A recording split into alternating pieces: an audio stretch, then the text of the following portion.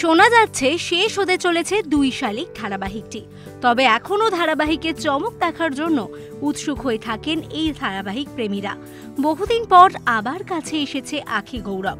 এক ম্যাজিশিয়ান বদলে দিয়েছে ২ শালিক অর্থাৎ ঝিলিক আখির জীবন। আখি ঝিলিকের বাবা অনিমেষ রায় তার কোম্পানি নতুনভাবে উদ্বোধনের ব্যবস্থা করেছিলেন। সেখানেই ঘটে বোম ব্লাস্ট। আখি এখন সেই ম্যাজিশিয়ানের বাড়ি রয়েছে তার মেয়ে রেবেকার পরিচয়। ম্যাজিকের আড়ালে চুরি বিদ্যাও শিখেছে আখি। এমনকি সে তার নিজের বাবার কোম্পানির অনুষ্ঠান থেকে নেকলেস চুরি করে, যার দায় গিয়ে পড়ে ঝিলিকের ওপর।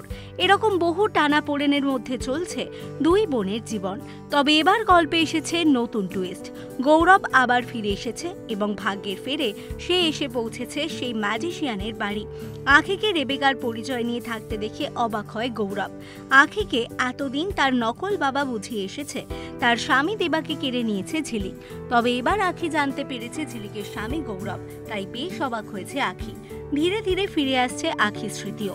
অপরদিকে বহুদিন পর নিজের স্বামীকে ফিরে পেয়ে খুশি ঝিলিক। একদিকে ম্যাজিশিয়ান, অপরদিকে আবার পিয়ারকেও ফিরে এসে ক্ষতি করতে চাইছে ঝিলিক আখির পরিবারের। কি কি টুইস্ট আসতে চলেছে গল্পে? কিভাবে এক হবে আখি ঝিলিক?